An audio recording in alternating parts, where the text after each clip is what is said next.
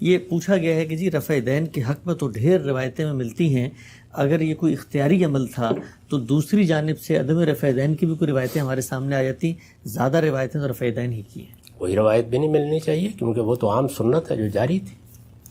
روایت تو اسی چیز کی ہوگی، یعنی اخبار احاد کی روایتوں کی بات ہو رہی ہے کہ جو کبھی کبھی کی گئی ہو، اسی کا ذکر ہوگا عام طور پر۔ جب آدمی نے دیکھا تو اس نے بیان کر دیا۔ تو رسالت میں آپ صلی اللہ علیہ وسلم ایسے رفع دین بھی کرتے تھے، بلکہ میں نے تو اپنی کتاب میں نقل کیا ہے کہ سجدے سے اٹھتے ہوئے بھی رسول اللہ صلی اللہ علیہ وسلم سے رفع دین کی روایتیں ہیں۔ کوئی حرج کی بات نہیں، ضرور کریں، لیکن عدم رفع دین تو عام سنت ہے، اس کے لیے کوئی روایت کیوں ہونی چاہیے تھی؟ کوئی روایت نہیں ہونی چاہیے تھی، ہوتی تو تعجب ہوتا۔ اچھا ہم صاحب، اس میں حکمت کیا ہے؟ یعنی شروع میں تو ایک جو ہے تکبیر، ہاتھ اوپر کرنا، رفع دین کرنا، اس کو تو لازم قرار دیا گیا ہے، لیکن یہ بعد میں آگے اختیاری طور پہ اس کی وجہ کیا ہے؟ نماز میں طریقہ یہی اختیار کیا گیا ہے کہ اس کے کچھ اعمال جاری کر دیے گئے ہیں، کچھ اذکار جاری کر دیے گئے ہیں، باقی کے معاملے میں آپ کو اختیار دیا گیا ہے۔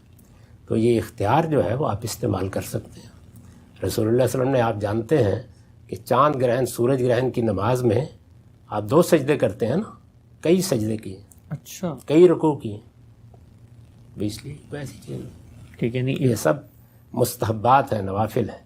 البتہ جو نمازیں ہمارے لیے مقرر کر دی گئی ہیں ان میں یہ دیکھنا پڑتا ہے کہ حضور نے کبھی یہ کام کیا ہے، چونکہ رفع دین کے بارے میں روایتیں ہیں، اس لیے میرے نزدیک کیا جا سکتا ہے، کوئی معنی نہیں۔